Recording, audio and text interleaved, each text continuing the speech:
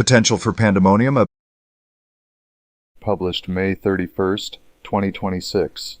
2 years ago, in one of those radio-free pizza dispatches that we imagine certain readers either cherish or regret having survived, we considered the coronavirus pandemic not merely as a public health emergency, but as a crisis of narrative authority. The question, as we understood it then, was not only whether the official story had been true, or whether the response had been justified, or whether various public health bureaucrats, pharmaceutical executives, corporate media personalities, and supranational functionaries had behaved with the wisdom and benevolence they so often attributed to themselves. Obviously they had not.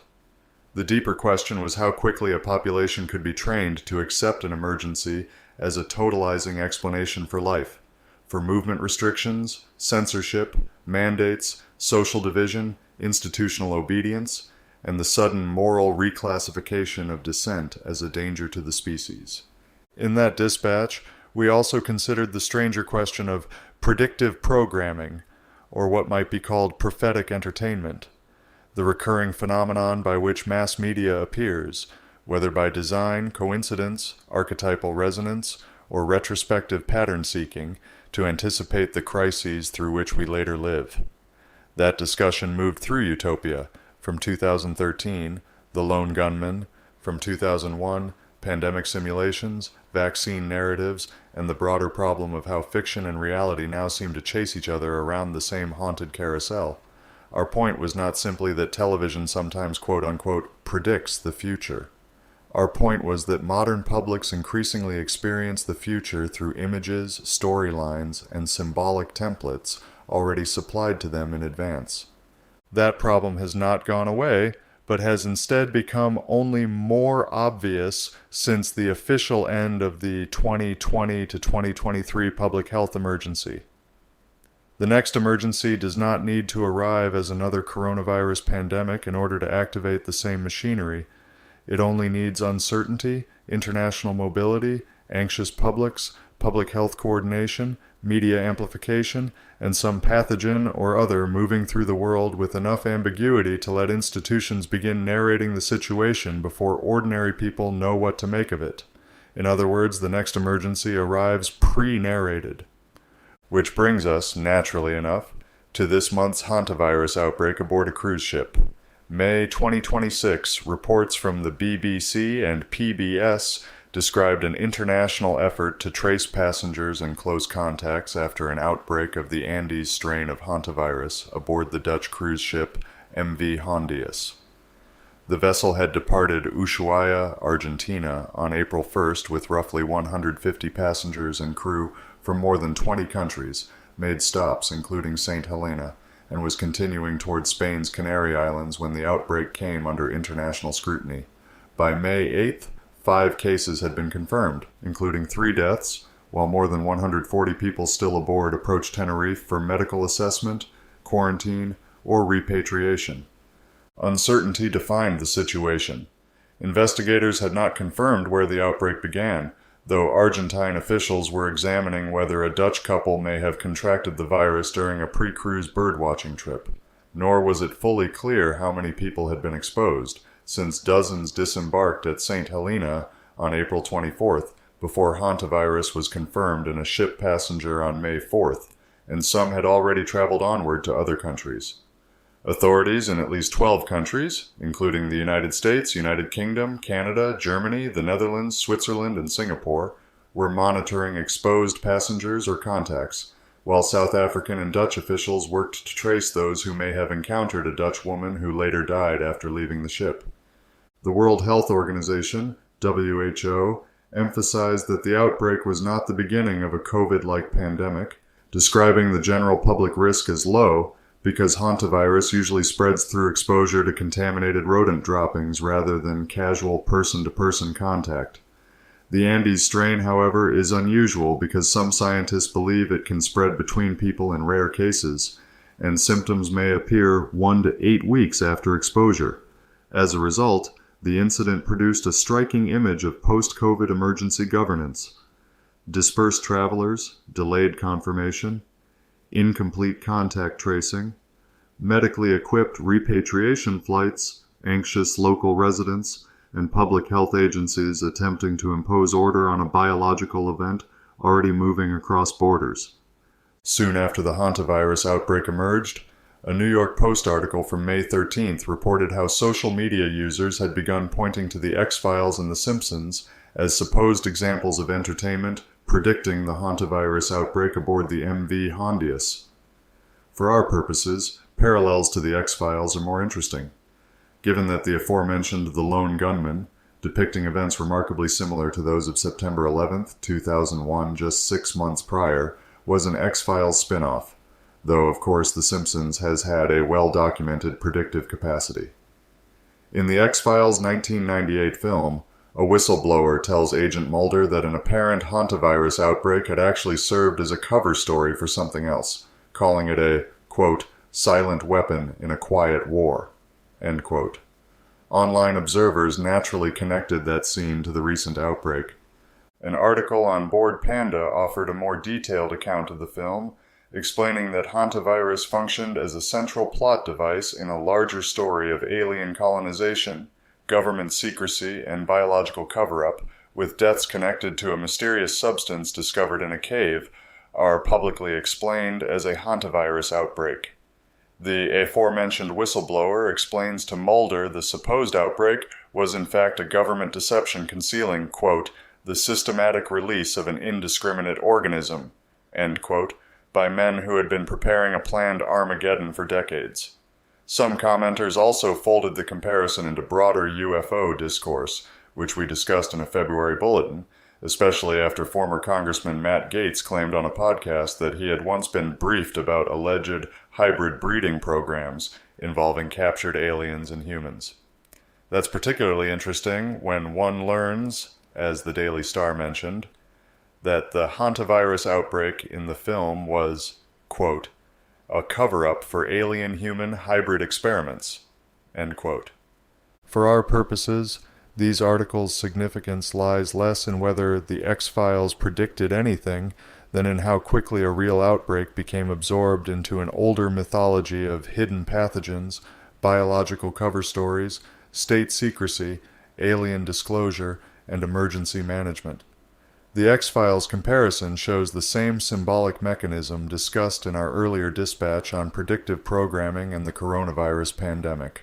Once an outbreak appears, the public does not interpret it only through epidemiology or official statements, but through the entertainment archive, where fictional emergencies have already supplied recognizable patterns of suspicion, dread, and institutional distrust. Some reporters might frame these comparisons mostly as internet coincidence hunting, but to our analysis, their significance is more structural. Once a real outbreak enters public consciousness, audiences immediately search the archive of mass entertainment for prior images that appear to have anticipated it. But others don't look to entertainment for evidence of predictions, but instead to the pharmaceutical industry, including our beloved Dr. John Campbell, who discussed the industry's initiatives against hantavirus on May 10th.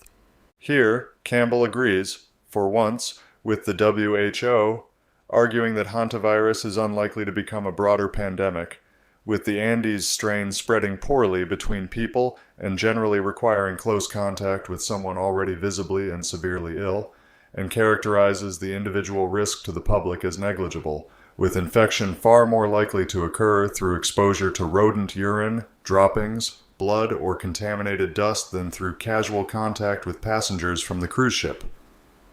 At the same time, Campbell notes the unusual amount of attention generated by the outbreak, especially given two claims raised by viewers that Campbell managed to verify, that Moderna has been developing an mRNA-based hantavirus vaccine since at least 2024 in collaboration with Korea University's Vaccine Innovation Center, which provided hantavirus antigen sequence information while Moderna produced mRNA materials under its mRNA Access Program, and that hantavirus pulmonary infection appears among the adverse events of special interest listed in Pfizer's cumulative post-authorization safety report for its BNT162b2 COVID-19 vaccine through February 28, 2021.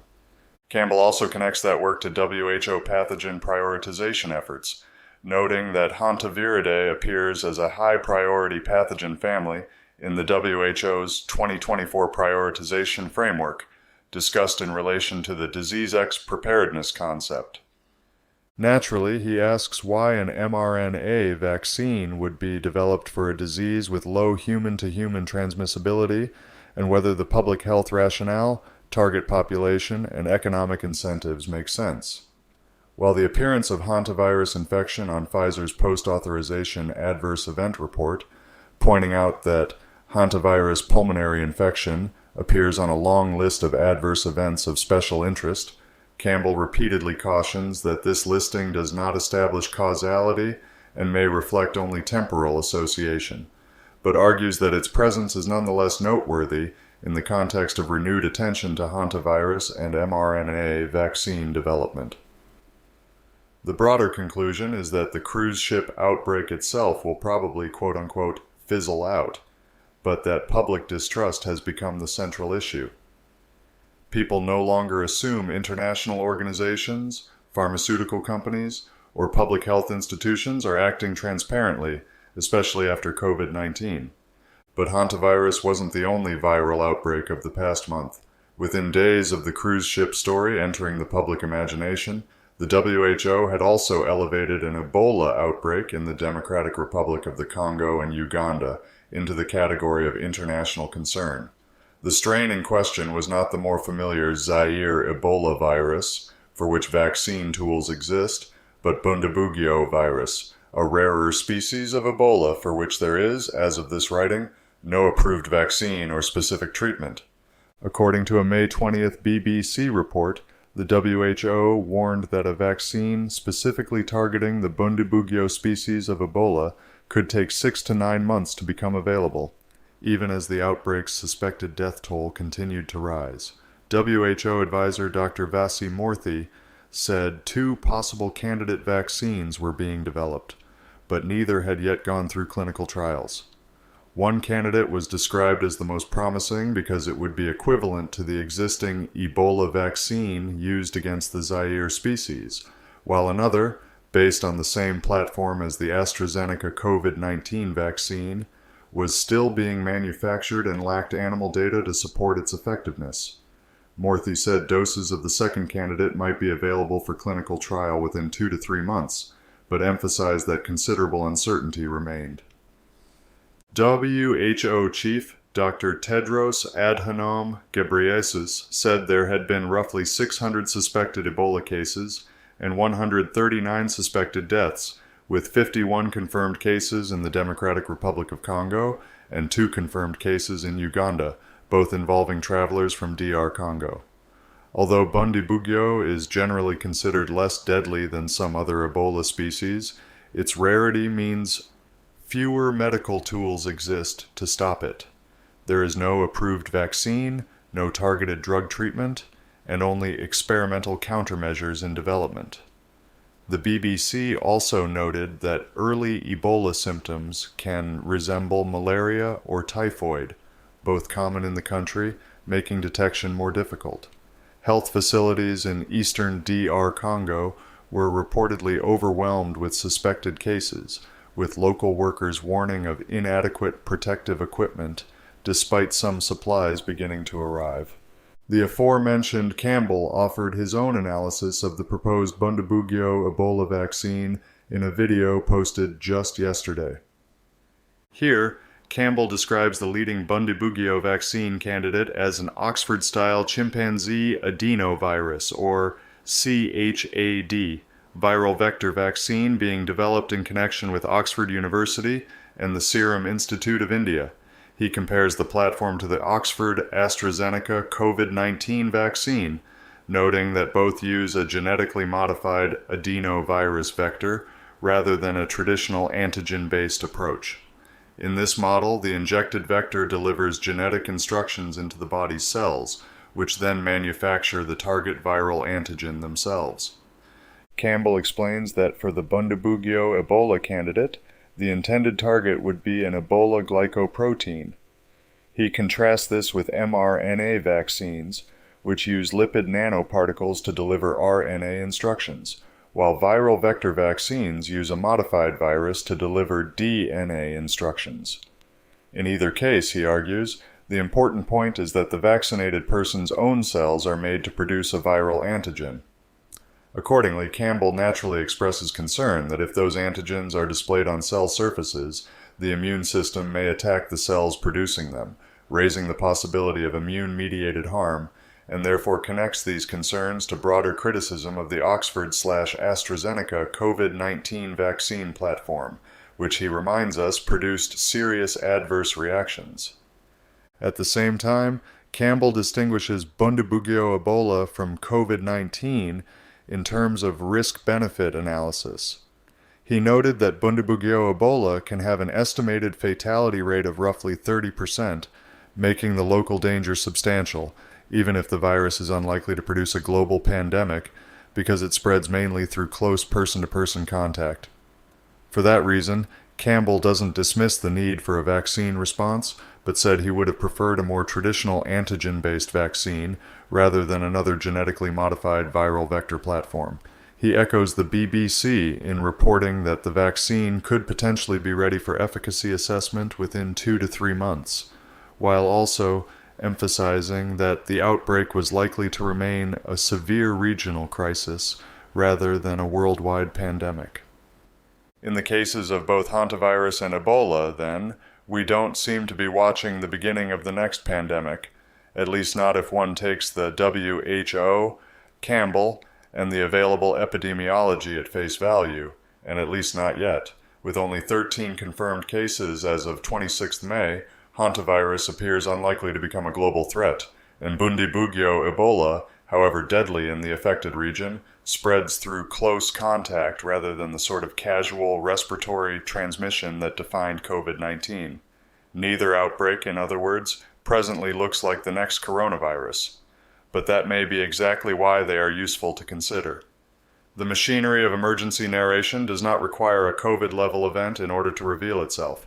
Sometimes it reveals itself in smaller crises, before the full apparatus of fear, censorship, coercion, and moral theater has been fully mobilized. Accordingly, we ask, who narrates the emergency?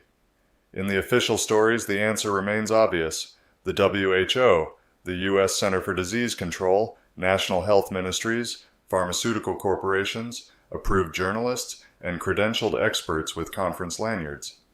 Yet the popular imagination recalls storylines from The X-Files and The Simpsons, and more recently of how institutions used the coronavirus pandemic to reorder ordinary life, suppress dissent, sanctify emergency pharmaceutical products, police speech, and demand obedience while congratulating themselves for their supposed compassion. Thus, they forfeited the right to feign surprise when the public receives news of later outbreaks with suspicion. In this sense, then, the next pandemic, whether hantavirus, Ebola, or another disease X, perhaps one spreading during this summer's World Cup, as MedPage Today warned about Ebola, has already arrived with a script. Before the pathogen is fully understood, the roles have already been assigned. The authorities will ask for trust. The skeptics will ask who benefits. The press will warn about misinformation. The pharmaceutical companies will announce their products. And the public will remember mandates, censorship, injury, profit, and lies. Whether these outbreaks fizzle out, remain regional, or develop into something more serious, the symbolic pattern is already visible. Because if the pandemic years taught us anything, it's that biological events don't remain merely biological once they enter the modern media ecosystem, which has the habit of displaying symptoms long before the first patient.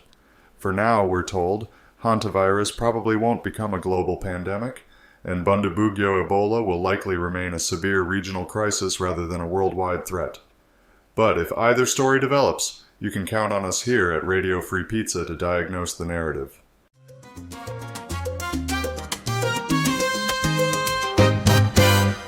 Radio Free Pizza. Radio Free Pizza is a reader-supported publication and listener-supported podcast. To see all our work, visit www.radiofreepizza.com or search for Radio Free Pizza on all your favorite social media and podcast platforms. You might even find a button to click that says subscribe. And if you're really lucky, it will let you leave a review. Otherwise, just share a link with your friends or on social media. Thanks for your support. Radio Free